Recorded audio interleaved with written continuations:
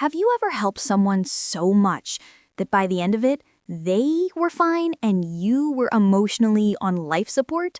Like you're the therapist, problem solver, emergency hotline, motivational speaker, and free Uber ride all in one, and somehow the only person not okay is you. Today, we're talking about something people rarely admit out loud: when helping others actually destroys you. I know, helping people is supposed to be a good thing. It makes you kind, caring, compassionate, and also apparently exhausted, drained, and ready to fake your own disappearance. Let's talk about why this happens in the simplest, realist way possible. Number 1, because you care more about their peace than your own. Let's be honest, you're the kind of person who hears someone say, "I'm fine," and immediately goes into Sherlock Holmes mode. You start investigating. Are they really fine? Is their fine the normal fine, or the "I'm dying but don't want to burden you" fine? You care deeply, which is beautiful, but sometimes you forget one tiny detail. You also exist. Caring becomes destructive when you stop caring about yourself in the process. Number 2, because helping becomes your identity even when it hurts. Some people go to the gym, some people binge Netflix. You collect damaged people like Pokemon. You've built a personality around being the strong one, the mature one, the one who can handle everything. But being the strong one means no one checks on you. No one asks if you're okay. They assume you're fine because you look fine. Meanwhile, inside you're like, I am one inconvenience away from spontaneously combusting. When helping becomes your identity, you stop recognizing when it's destroying you. Number 3, because you attract people who love taking, not giving. There are 2 types of people in this world: people who say thank you, and people who say you're such a lifesaver, and then come back tomorrow with more problems. When you're naturally helpful, you become a magnet for takers. Not because you're weak, but because you're available. They know you'll stay up late, they know you'll adjust your entire day, they know you'll calm them down, pick them up, fix their mess. But here's the problem: they refill their peace by draining yours. Number 4, because you don't want to seem selfish even when it should be.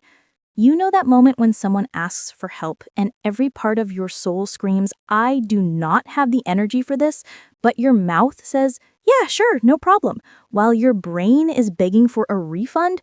Yeah, that. You feel guilty for setting boundaries. You feel guilty for saying no. You feel guilty for wanting 5 minutes of peace. But saying no doesn't make you selfish. It makes you sane. It makes you human. It makes you someone who won't collapse from emotional burnout. Number 5, because you think helping them will make them stay. This one hurts. Sometimes you help people because you're afraid that if you stop, they'll leave. You give more than you should. You tolerate more than you want. You carry more than you can. You think your value comes from being useful. But here's the truth: people who stay only because you help them aren't staying for you. They're staying for the benefits. That's not love. That's convenience. Number 6, because you fix everything except your own broken pieces. You can solve everyone's problems in one phone call. You can calm people during panic attacks. You can give deep emotional advice at 3 a.m. But when you need help, you say, "I'll handle it." You've become so good at supporting others that you forgot how to support yourself. Helping becomes destructive when it becomes a distraction, a way to avoid dealing with your own pain. Number 7, because people mistake your kindness for unlimited capacity. Just because you can carry emotional weight doesn't mean you should carry emotional weight. But people forget that. You're strong, yes, but strength has limits. Compassion has limits. Your energy has limits. You're not a power bank with infinite charge. You need time to rest, breathe, refill, and exist. When you pretend you're limitless, people treat you like you are. Number 8, because helping becomes a cycle and cycles turn into traps. You help them, they feel better. You feel drained, they come back.